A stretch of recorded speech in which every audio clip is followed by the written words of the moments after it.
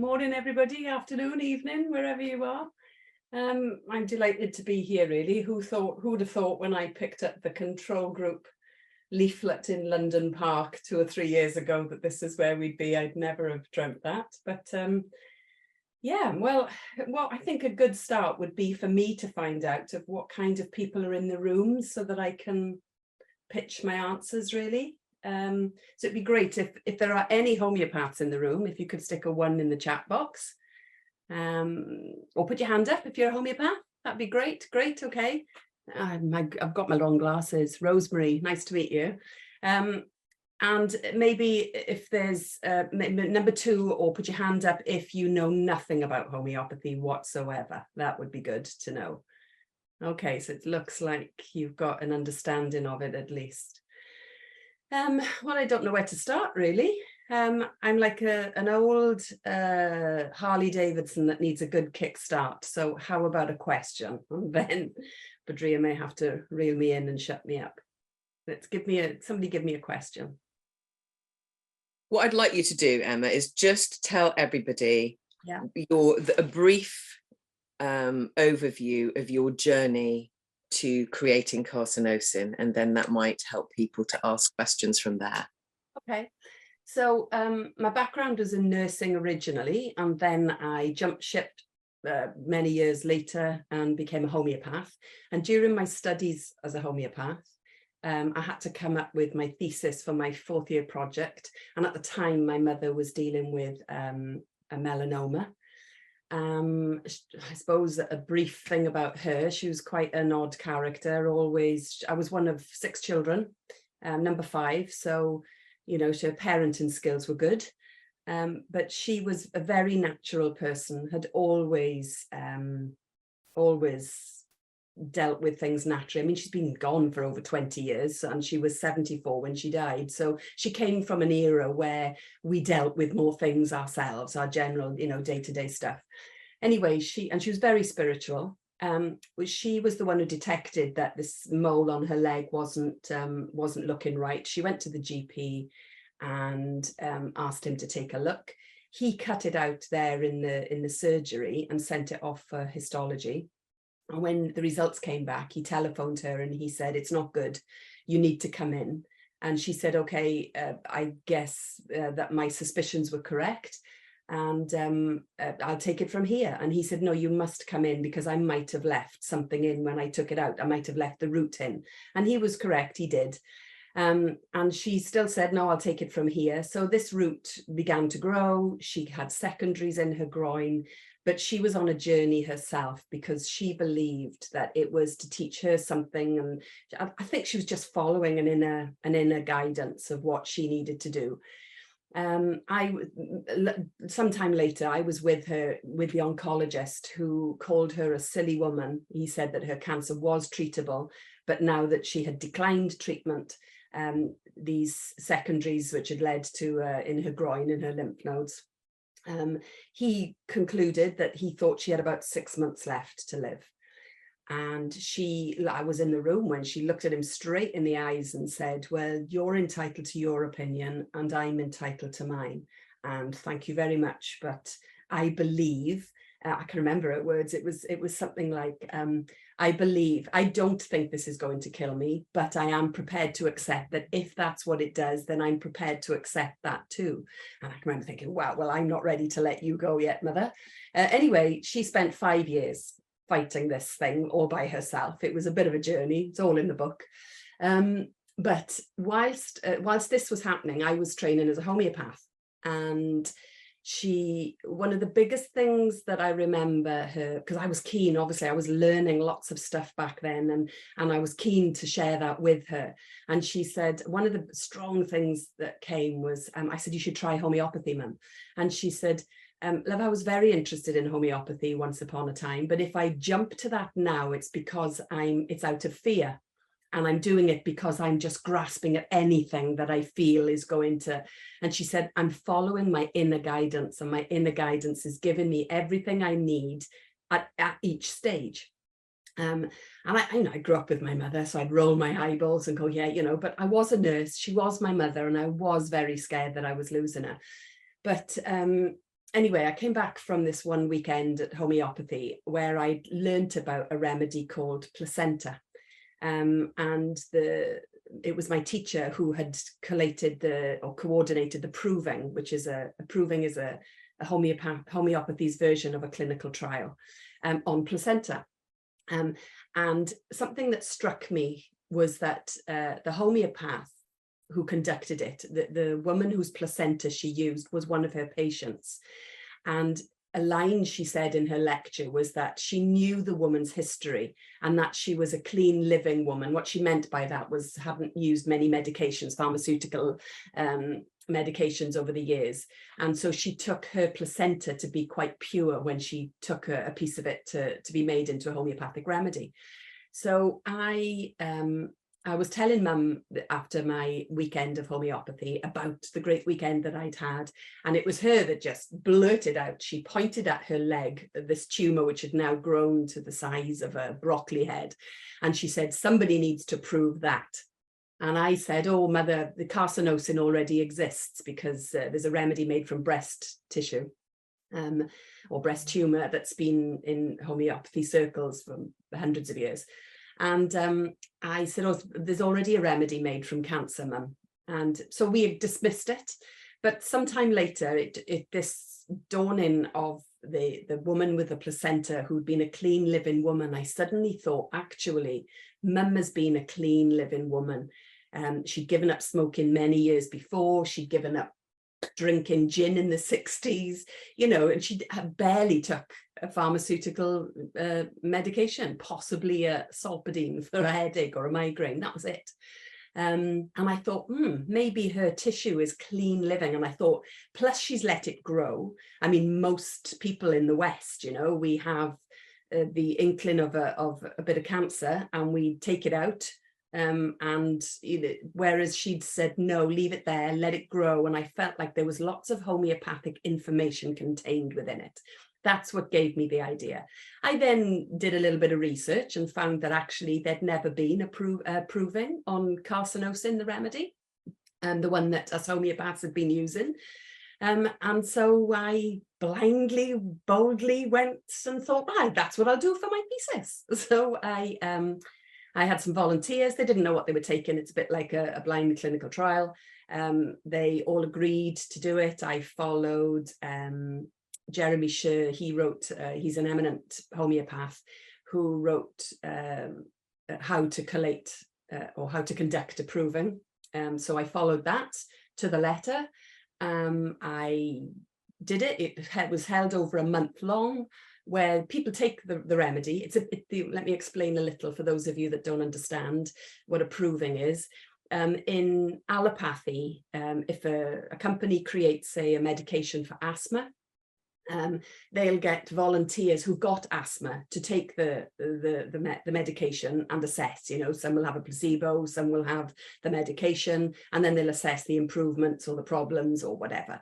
It's almost the opposite with homeopathy. You take a generally well person, you give them a few doses of the remedy, and it creates symptoms temporarily, and they are to in a diary, keep a record. They have a supervisor as well who takes their baseline case beforehand, so that if they already suffer with, you know, something that they're quite happily living with, like, I don't know, asthma, for example, you know, that could be there as a baseline, and their general health, mentally, emotionally and physically. And then they keep a record and they check in with their supervisor daily during the proving, which generally takes about a month. And then at the end of the month, the diaries come in, and their symptoms subside. It's not a, you know, it's a temporary state, and then it's like cross-referencing the diaries to see what symptoms are common amongst everybody, what gets better, what you know, because there are some people who've got a symptom before they even come, something mild, and it can get better or improve during the proving. It's quite a powerful thing, of proving. That's a very brief synopsis of what that's about. So I collated the information best I could, but when it came to the clinical data side of things, I found that really hard. I haven't got that kind of brain. So I sat on this for some time. It ended up not being finished for my thesis. I collapsed at the last hurdle and said to my tutor, I can't finish this, it's too big a project. And I jumped ship and did something else. Many years later, my older sister trained as a homeopath. Now, she'd been working in the pharmaceutical industry for 30 years and decided she wanted to have a look at homeopathy, so she did. And we were sitting in a conference one day and she said, what can I do for my thesis? And I said, why don't you finish what I started? I said, that would be quite something. Mum bottles it, or mum grows it, I bottle it, and you record it. And we had a little joke amongst ourselves. So she tried to finish it and she got so far. And we had another sister who at the time was going through bowel cancer. And that sister died just at the point where my other sister was finished. And basically, she didn't finish it either. She threw in the towel and we basically all had enough of cancer and carcinosin. And so we still didn't finish it. So sometime years later, I believe my mum might have already have passed then. She went on five or so years. But actually she did, sorry, time-wise, I do get a bit forgetful. My sister died first and my mother actually died 7 months later. Not the cancer, my mother had cured herself of cancer. Let's get that in there because I think it's quite important. My sister didn't do a holistic route. She went completely down a medical route. What killed my mother was a broken heart. She had a stroke and the medic said that her heart was throwing out clots. So any spiritual people in the room will be able to resonate with that. Well, that was clear. I think her faith was rocked. You know, she'd got herself through cancer and really thought my sister was going to as well. And I think it rocked her. And anyway, she had a stroke. But a few years later, after we sort of, dealt with that, there was a really great homeopath that had come to Wales, to the Welsh school for something. And I'd seen an email to see that he was coming. And I had met him many years before, and I knew that his specialism was collating the information from provings. And I just messaged my sister and I said, look, Peter Fraser's coming to Wales.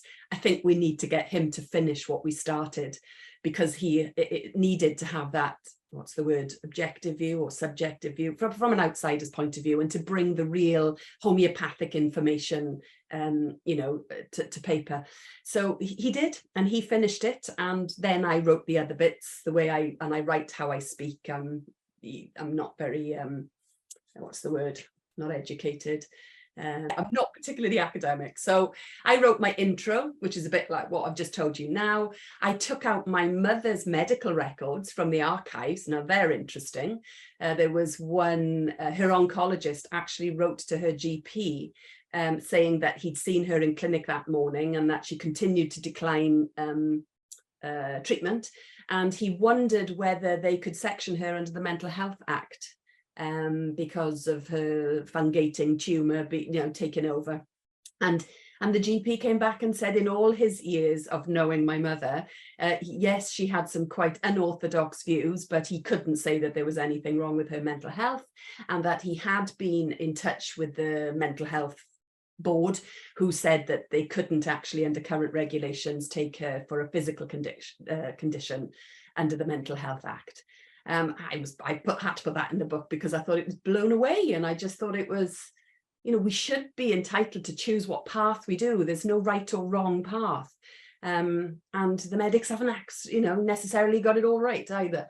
So yeah, I put that in there, and I put in some. My brain is very. I'm sort of on the dyslexic spectrum, so I learn like more kinesthetically. I've got to do things, so and that's why I asked every prover, would they doodle on the front, apart from writing out their day, when in their diary when they kept their symptoms. I asked them also to just draw anything that came to mind, or doodle, or do whatever they wanted to do, and that helped me a lot. And I guess that's where today's thing comes from. So the book was published about 13 years ago now. And I then burnt the diaries and felt, that's done. Finally put that to bed. And I carried on my merry way. And I have done a lot of work using this remedy over the last 20 years. And then 2020, when lockdown happened, it happened to be the anniversary, and there were a few other quirky little things that happened which made me wake up a little and think something's happening. And one particular diary image came to mind, and I saw in it then what I'd never seen in it before. And it's in my book. It's on the website actually, because it had about being disconnected and feeling outside, which is what a lot of people felt from the lockdowns, you know, being isolated. And then there was a lot about control and responsibility and ambition gone, which again, that was taken away from us all. You know, we couldn't make these decisions for ourselves. So that she'd written across the front top of the diary, learn to live, which is where I feel we're at now, post the pandemic. We're all learning to live again, no matter which kind of side of the coin we're operating from. Okay, there's two really big questions there. I mean, those of you that can buy homeopathic remedies over the counter, that was a slip of the tongue, wasn't it? Over the counter, you won't find disease remedies. So remedies are made from plants, minerals, metals, diseases, all sorts of things. You name it, there's a remedy made from it.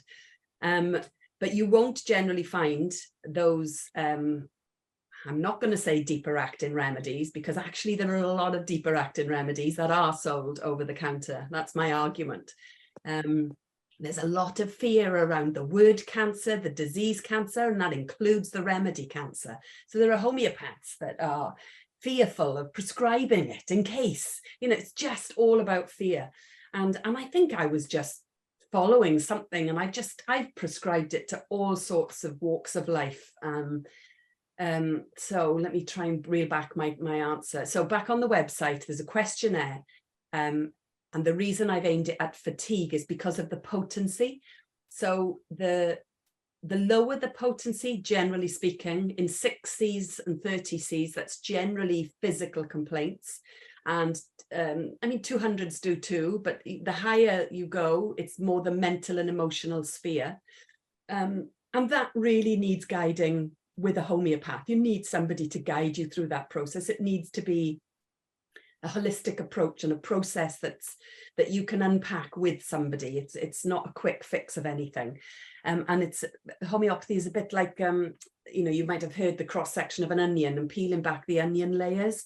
So, you know, it's not one pill will fix everything. It's the cross section, and getting to the root cause is a process. So for the bigger picture and the mental emotional sphere, I would always advise that you do that journey with a homeopath.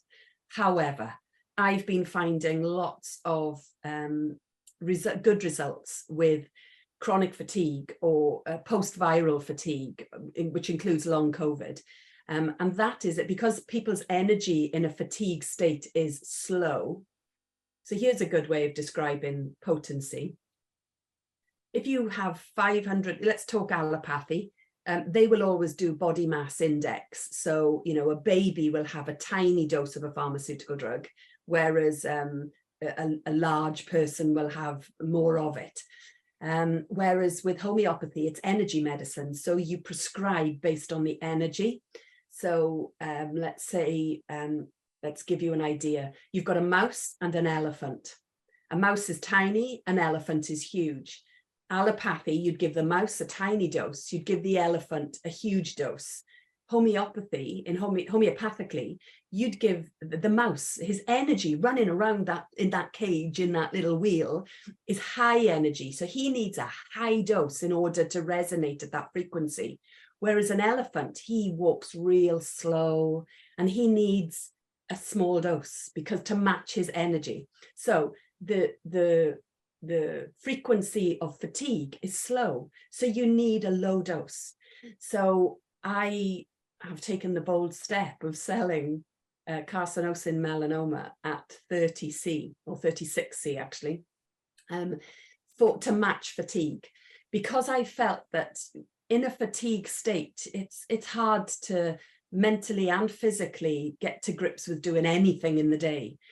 So in order to address your whole well-being, you need a bit of it. So I thought to be able to give people that kickstart in addressing their health holistically, for fatigue at least, then I was prepared to sell them it, even though they don't have a consultation with me, in the hope that the fatigue is addressed, they get a bit stronger, a bit more intrigued, and a bit more have the oomph to go and seek out true holistic journey with a practitioner of some kind. It doesn't have to be homeopathy, but that's my thing. So so that's where you can buy it without a consultation, but I'm only suggesting that if you've got fatigue.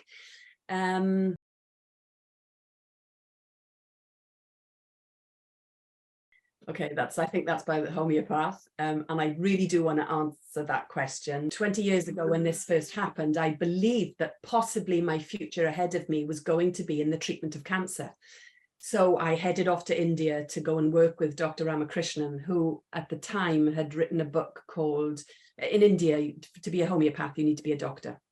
And he'd been visiting the UK, and I'd seen one of his lectures, and I knew that he was inviting postgrads out to India. So I went out, and he's written a protocol, and I've always followed his protocol, and the few cancer patients that I've treated, I've used his protocol.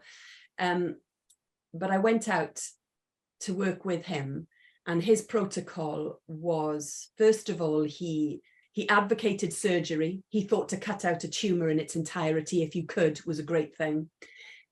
He then thought that the second best thing that you can do would be to follow it up with homeopathy, because it gets to the root of why the cancer's there in the first place. He didn't advocate chemotherapy, but in some cases, radiotherapy he thought may be good. And this is only his opinion, but I read that and followed him. So I thought I would go and, like a sponge, go and try and learn all this stuff, thinking that I probably was going to be facing a life of treating people with cancer. But actually here in the UK for the last 20 years, that's not been the case.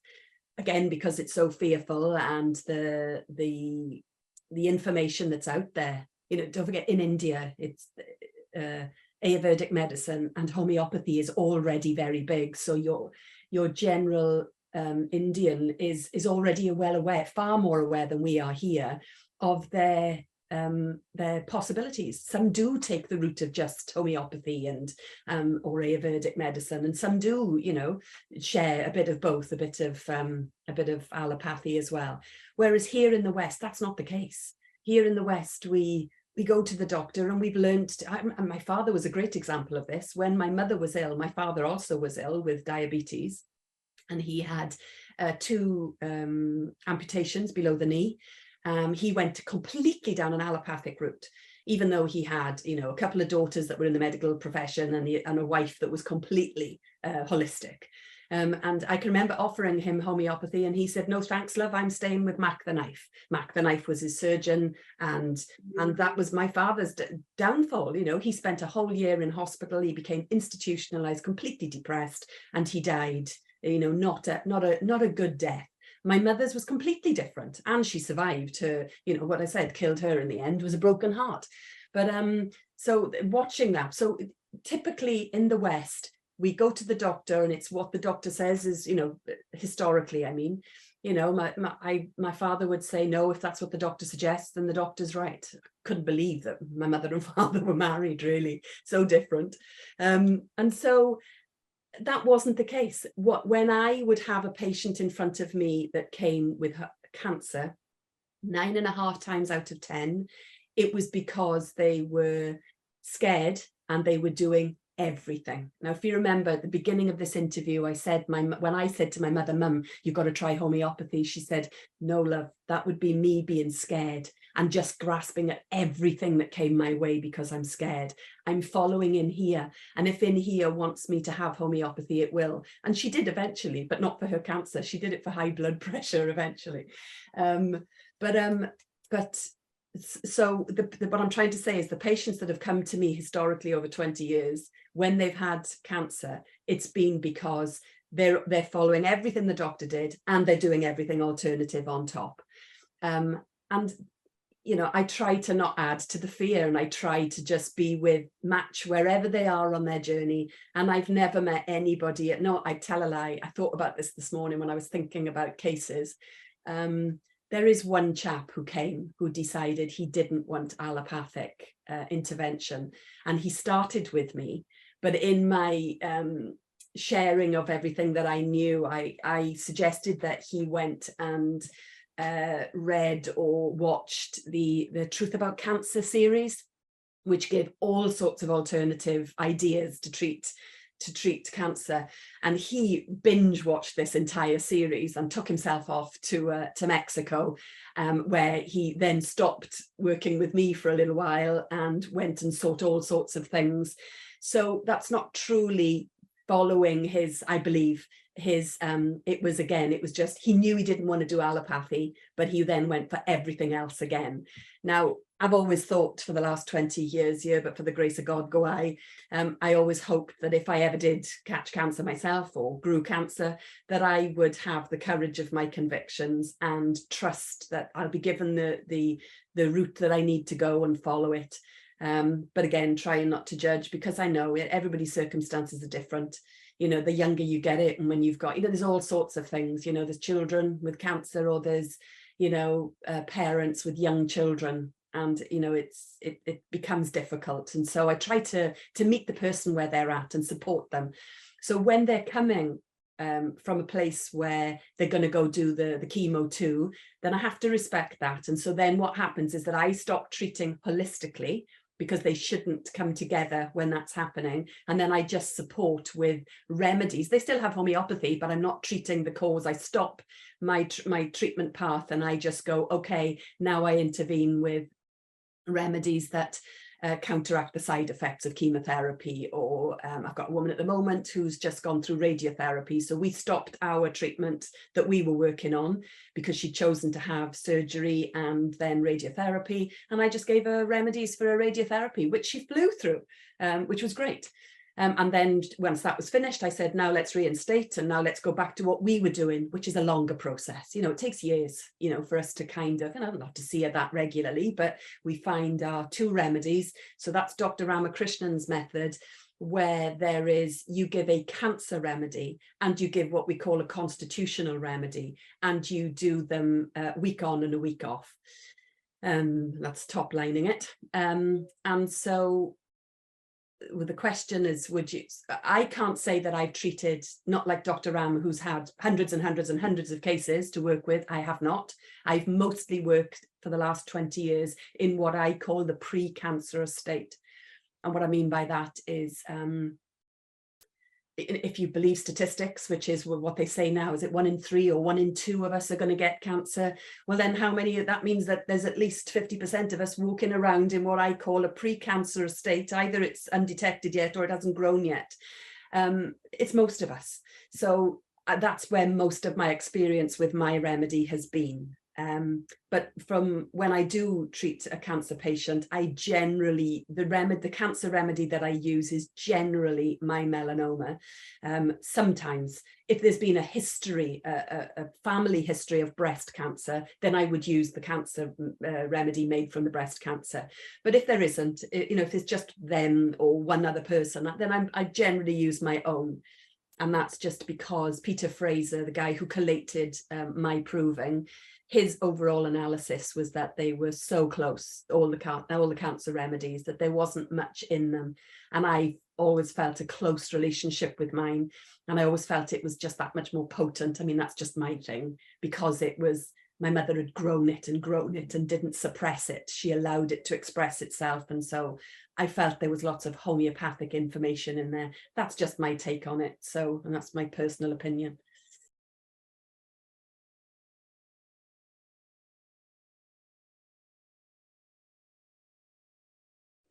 Okay, let's start with the second. I've just answered that question actually at the end of my thing when I said Peter Fraser, my last sentence. When Peter Fraser, in the book, he's written the overview of his findings, and what he's saying is that there isn't much difference. But what was great at the fact that there was finally a clinical proving that it was more to do with the food. Remember, I said at the beginning I wasn't particularly academic, and this part of the book is not my forte. But he talks about how clinical observation over the last 200 years of carcinosin has allowed the textbooks to how should we say, let's just keep it simple, not be clear on things, or some things have become a little shady, whereas or a grey area, whereas the proving made it more final in his mind. And some of them were the food desires or aversions, but that his overall picture was that they were very, very similar. Which was great to know that, you know, as homeopaths have been using the breast carcinosin all these years, and we, you know, we weren't far from the truth of it, you know, the understanding of it. So that's that. And the second question was, would the remedy be good for the mental and emotional symptoms of the pandemic? And absolutely, this is where I can, this is where I feel my expertise is, and that I need, this is why I'm passionate about beginning to deliver this to new homeopaths coming up, you know, the ones that are studying now or newly qualified. Carcinosin, the remedy, has been historically been prescribed on mental and emotional physicals generally, because that's where the realm is. It's in that sphere, and it is all about fear and anxiety. It has control issues. If you look at my website, I give you some of the keynotes, or the book, actually, it's in the book, the keynotes. The keynotes are perfectionism.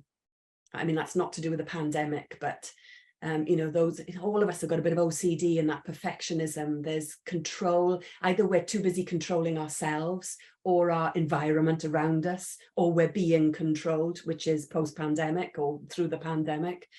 There's an over responsibility with carcinosin clients, patients. We feel over responsible, but it's the fear. I'm being a bit blurred here. I'm trying to give you too much. I should just stick with the pandemic. It is definitely, there were two paths, weren't there? And I saw that clearly for the homeopath in the room. I saw that with the great divide through the pandemic, those who were listening to the BBC and those who were not listening to the BBC, both had fear and anxiety. Both had, I don't know if I need to explain that, I don't think so. Those who were listening to the BBC and the likes of the general media were scared to even breathe their own breath. Those who were not listening to the BBC were scared of their version of what was happening in the world. So there was huge fear, no matter which part of the camp you were in. There was control on both sides, because control was being put upon us all, no matter which side of the camp we were on. Anger was another one. It's a huge angry remedy. And carcinosin people are the most loveliest, gentle, caring people. We're carers, but we have got suppressed anger in there somewhere. Even if it could be from our childhood, there's anger in there. It's huge tonsillitis remedy, or history of tonsillectomies. You know, if you think of like the Louise Hay theory, you know, the throat is when we're speaking. So if we've been suppressed or shut down, controlled, whichever way, whether that be through the pandemic or in our history, then that's our body's way of trying to express itself and communicate. So there's a massive mental emotional picture to carcinosin that's huge. So back to the two paths, the anger that we're feeling, those who were not listening to the BBC and the media was angry at the control and the level of control that we were being placed under. And those who were angry with those of us who were not taking the jab. And because from their perspective, we were creating more of a problem. So there was anger on both sides. So it really didn't matter. So there's anger, control, and fear and anxiety, three huge keynotes of carcinosin. So yes, absolutely. But I go back to when I said on the website, you can buy it in the 36C for the fatigue. It also explains there that if we've got that anger and fear, anger, all those mental and emotional symptoms that are overhanging, then the 36C is not going to really make a dent in it. It's just for the fatigue side of things. You need a high energy. If you think about anxious people, you know, always maybe restless or, you know, nervous, you know, back in the day, it would be psychiatric hospitals, it'll be chain smoking and tapping, you know, and moving. That's high energy. That's restlessness. That's high doses of carcinosin needed. So you'd need to get that from a homeopath, or you'd need a consultation. And I am finding, these are my findings over the last, well, actually, I've been doing it for years, but I've been more and more confident in verbalizing this, is that I believe it's like the outside of the onion. Here's a good one. I think this is a good analogy. If you think of a rabbit in a headlights, you know, he's walking across the road, the car comes, he stands, and he hasn't got the oomph to get out of the way of the car. He's frozen in that fear right there, right then. And I think that's what humanity has been left with after the pandemic. They're frozen in a state of fear. And just last weekend in the UK, that fear was ramped up. There was a storm coming. And when I looked at the weather report, it actually said an amber alert for the weather. With I don't do much reading of this kind of stuff, but an amber alert, and it was something to do, there was some word about a danger to life. And I thought, God, here we go, you know, we cannot rest out of this fear. The people, you still see, I'm still seeing people in shops with masks on. They're generally, you can see that they're people who aren't well, they've probably got some underlying condition, and they're still scared of being able to breathe fresh air. Because they're so that state of fear is a bit like the rabbit in the headlights, where he ain't going to get out the way of the car because he's frozen with fear. And I believe that that's why my remedy is a good place to start with, you know, a lot of clients. I'm not saying it's the only remedy. I'm saying it's the outside layer to get rid of the fear, to kind of get down into the body and out of the mind. And then the layer underneath in the onion will come to the surface for the next remedy. And that's why you need the homeopath to take you through that journey. I hope that answers it. There's a great book actually by a homeopath who's Australian, Philip Bailey, and he's got photographs. He says that, you know, sometimes carcinosin can look like, and he lists about 4 or 5 remedies. Medorrhinum is one, sepia is another, natmua is another. And I believe my interpretation of that is carcinosin people are incredibly sensitive. They are sensitive to other people's feelings. They are sensitive, you know, they're the clairvoyants. They'll feel other people's pain. And they're so sensitive that they can take on other people's persona as well. And so it could be that they're living with a person who needs sepia or natmua, and they're so sensitive, they've taken on those traits. It could, it's not the only reason, but there's lots of reasons that it can look like. It's almost like they've lost their own identity.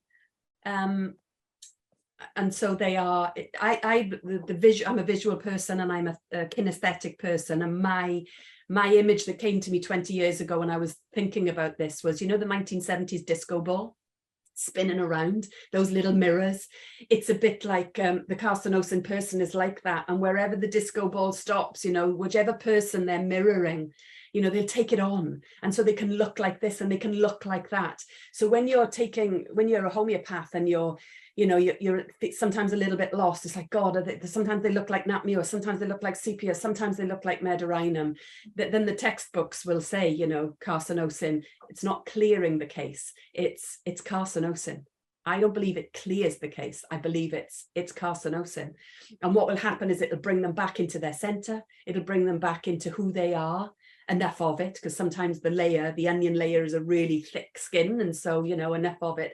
But you then start seeing the remedy underneath become much more clear, which is why I think I don't actually see patients for too long these days. I mean, once somebody joins me, they might use me in every now and again, but when you first come, I like to get to the heart of it within 3 sessions, and after that, enough to be able to say, we've learned what remedy is your second remedy, or the one that's emerging from underneath, because I generally start with with carcinosin. I mean, for years I played with God, I want to start with Carcinosin, but I know most homeopaths would start with Nat Mure. So, okay, let's start with Nat Mure. You know, and I not tricked myself, but I had to, because I kept thinking, why do I always get carcinosins? So I would try with, I'd go, okay, I know that most homeopaths here would start with Nat Mure, so let's follow TAP, let's do that. And I would, and I'd get some relief. And then I'd go to Carcinosin, and I might go back to Nat Mure, but after having Carcinosin, the Nat Mure would work so much better and get really to the heart of the matter, or more deeply. So clear in the case. I'm not sure. I guess that whoever asked that must have known about Hahnemann using sulfur to clear the case. But again, I just think that he started the case with sulfur. He started the outside onion, and that's because in his era, and I need to go and get my facts right on this because I'm not clear why, but back 200 years ago when he was prescribing, you know, most dis-ease was on the surface. It was, and there were topical suppressions, I guess. I'm guessing there, so don't quote me on that. But the sphere was skin, and sulfur is hugely skin-like, and so maybe that's why. But today, that's how I liken it, is that it's your modern day sulfur. It's the outside layer that takes the lid off and allows, it's a bit like the rabbit in the headlights. I'm going to use that analogy. It's a new one. I've only just come up with it the last couple of days, but I like it. For me, it's if you can get him out of the way from the car in front of him that's coming, he stands a chance of getting over the shock of what just happened, and whatever, you know, it's like deal with the fear and the outside layer, and then the rest can come to the surface of what's needed underneath.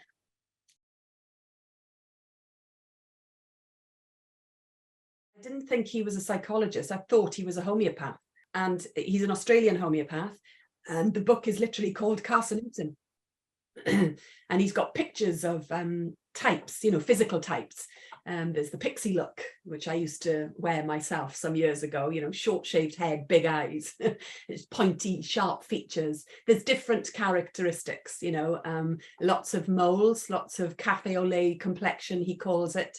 So that's nice for people who are visual, like they always stuck out. But it's a homeopathy book, just like my own. You know, it's not meant for the lay person. In fact, I think my book is more suited to the lay person, because there's only one section by Peter Fraser where it becomes very data orientated. The rest is more my story, and like I said, I write how I speak. As a homeopath needing a bottle of it, Helios Pharmacy in the UK keep it. If it's for somebody who wants a dose, you can get it from me. No, my one is, they've got everything. They've got the carcinosin from the breast cancer, but they've got mine. I sent this tissue to them, and they made it into every potency.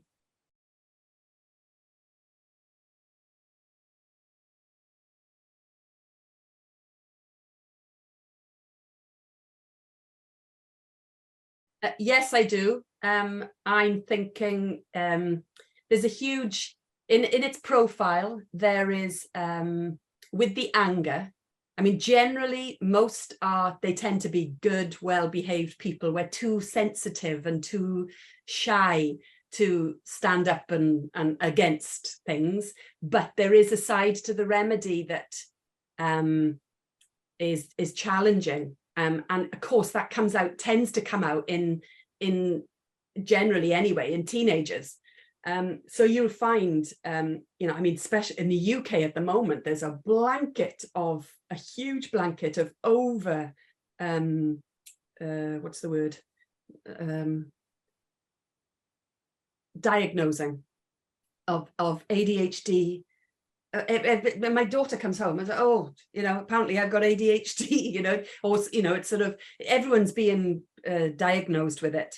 And I see that the challenges with it, there's what am I trying to say? The naughty kids who will, they have a thing against authority, not the naughty kids. Right. Carcinosin has a thing against authority. I felt it myself during the lockdown. I found myself doing, you know, the more I was told I couldn't do something, I was I found myself going, absolutely not. It's my God-given right, and I will. And I found myself, I was like, God, it's like I'm challenging authority. And what I was trying to say is that is sort of a natural state of teenagers, isn't it? When they move from childhood into adulthood, it's when they start to go challenge things and find them. And so I just think there's a blanket diagnosis of ADHD. But yeah, I mean, my remedy, or the breast remedy, in all honesty, Peter Fraser thought they were so similar, it was negligible. I just think mine is pokey because my mother brewed it for so long, let it express itself. Her journey was incredible. So I feel like there's more potency there than ever, but not really. I mean, I think that, you know, it would do, well, it'd be interesting. I really never use it, hardly ever. So yes, if it matches, if you've got, I mean, I give so many children it today, how much control.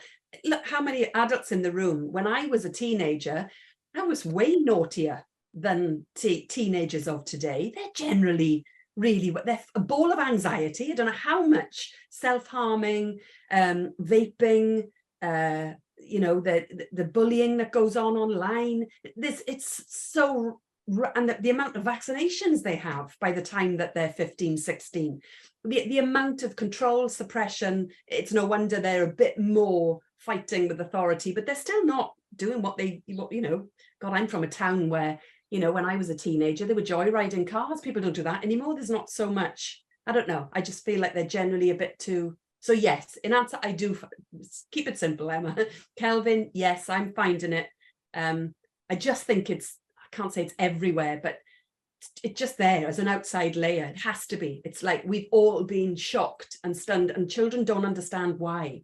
You know, they're living through the pandemic, like, you know, because they know no different. They were only in their teens when it came. And we have, all of us are processing what's gone on the last 3 years. We're all a bit shell-shocked. We haven't been able to explain it. History, we'll be able to educate children of what happened, but we're all still processing the effects of it. So for the children, it's energetically, they are energetically expressing a resistance to the control, or not being, you know, the way we're isolated now, learning online still, you know, even in, I mean, my daughter's comprehensive school, in the last 3 years, they've put CCTV in everywhere. So everywhere they're being watched and looked at.